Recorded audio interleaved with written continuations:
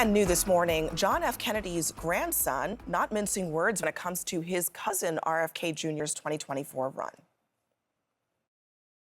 He's trading in on Camelot, celebrity, conspiracy theories, and conflict for personal gain and fame. I've listened to him. I know him. I have no idea why anyone thinks he should be president. What I do know is his candidacy is an embarrassment. Jack Schlossberg took to Instagram to blast Robert F. Kennedy's constant stream of misinformation, and he endorsed Joe Biden in the process. Congressional Democrats grilling Robert F. Kennedy Jr. on Capitol Hill yesterday. Keep in mind, long-shot Democratic candidate for president. He testified at a hearing on censorship. It was questioned about his past comments implying Jews had more freedom during the Holocaust than unvaccinated Americans did during the pandemic. CNN's Eva McKen is in Washington. And Eva, it was a contentious hearing, to say the least. What'd you see? Yes, indeed, Phil. Fireworks, indeed. Listen, Democrats tried to shut this down altogether. They wrote a letter to Republican leadership in the wake of Kennedy's controversial comments, asking them to rescind his invitation. They tried to bring the hearing into executive session so it wouldn't play out in this public way, all to no avail. Let's look at how it all went down.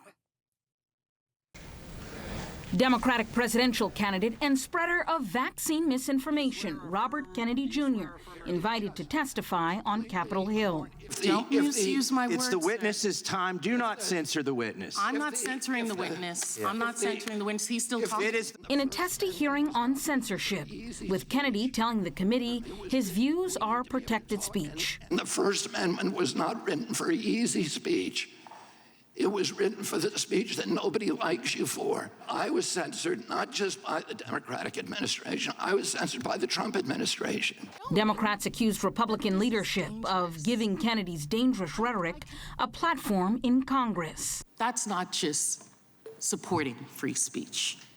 They have co-signed on idiotic, bigoted messaging. It's a conscious choice. Regarding Kennedy's blatant lies, where he said, COVID-19 is targeted to attack Caucasians and black people. The people who are most immune are Ashkenazi Jews and Chinese. Now Kennedy brazenly claims, I'm under oath. In my entire life, I have never uttered a phrase that was either racist or anti-Semitic. I have spent my life fighting my professional career, fighting for Israel. But the CEO of the American Jewish Committee called his prior remarks deeply offensive and incredibly dangerous. Kennedy repeatedly claimed he didn't say things that are in fact on camera. I've never been anti-vaccine, but everybody in this room probably believes that I have been, because that's the prevailing narrative. I have never told the public avoid vaccination. But Kennedy has attacked safe vaccines, including the COVID-19 vaccine, and promoted false claims like childhood vaccines can lead to autism and that HIV was caused by vaccine research, even saying this on a 2021 podcast. I see somebody on a hiking trail carrying a little baby, and I say to them, better not get them vaccinated. Tweet from Mr. Kennedy.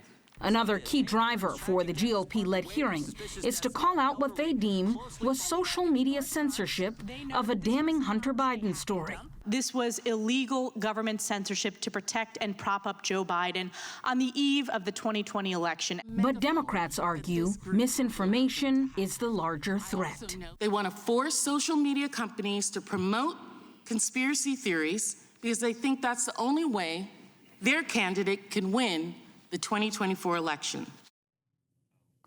Now, despite some of Kennedy's outlandish claims, he still does enjoy some support. In the latest Quinnipiac poll, he's at 14% among Democrats and likely Democratic voters. Still, it's going to be quite difficult for him as he takes on President Biden in the Democratic primary, Phil. All right, Eva McKen, thank you. And let's bring in now CNN senior legal analyst Ellie Honig and national political reporter for the Associated Press, Michelle Price. Michelle, Republicans seem hell-bent on elevating RFK Jr. I think that seems the takeaway from this hearing. not just because of the censorship accusations, but just politically. That 14% that Eva was talking about, a lot of that is name recognition, a lot of that is nostalgia among Democrats for the Kennedy name. But this is someone who has this long history of outlandish, dangerous, uninformed statements, and he's being elevated by Republicans because he might hurt Biden. Yeah, it's unclear what political benefit there is to giving him this platform. I mean, the entire purpose of this hearing purportedly was to examine censorship on these tech platforms. You know, his message is getting out there. The video of it was published by a newspaper. And at the end of the day, this hearing did not examine what these tech policies are, but it was an examination of RFK's comments, which Republicans and Democrats said that they disagreed with and found very objectionable. Do you feel like Democrats, the interesting thing about the hearing itself, we knew it was going to be a political food fight, right? That was kind of a given to some degree. And I think Democrats have made very clear that they didn't want RFK up there to begin with, but if he was going to be there, they were going to attack him based on his past statements. But do you feel like this has a tangible impact on the Democratic primary to the extent it is a thing that exists at this point? I mean, it's unclear. It's still early to see are those poll numbers going to change. He has a very famous last name, especially in New Hampshire. There's a lot of proximity to Boston. It's unclear how this is going to land as this continues. But this is a long shot campaign. He's going up against an incumbent president. And again, I mean, his comments, they speak for himself, and he has a long history of offensive comments here, that it's unclear how this could help Mr. Kennedy to have his own comments shown so publicly. I don't know how he's become this sort of martyr for censorship. I mean, here's a guy who's in national media all the time. He has millions and millions of views on various social media sites. He just testified in Congress. I think he's mischaracterizing what censorship is. The government has not shut him down. To the contrary, our Congress just gave him a platform. And I think, look, I believe very broadly in the First Amendment, and I think the solution is somewhat what we saw yesterday. We saw men and women in Congress pushing back and fact-checking him, and if I can, Eva's package just there, I think, exposed some of the mistruths. That's, they say the remedy for bad speech is more speech, and I think that's how this is playing out.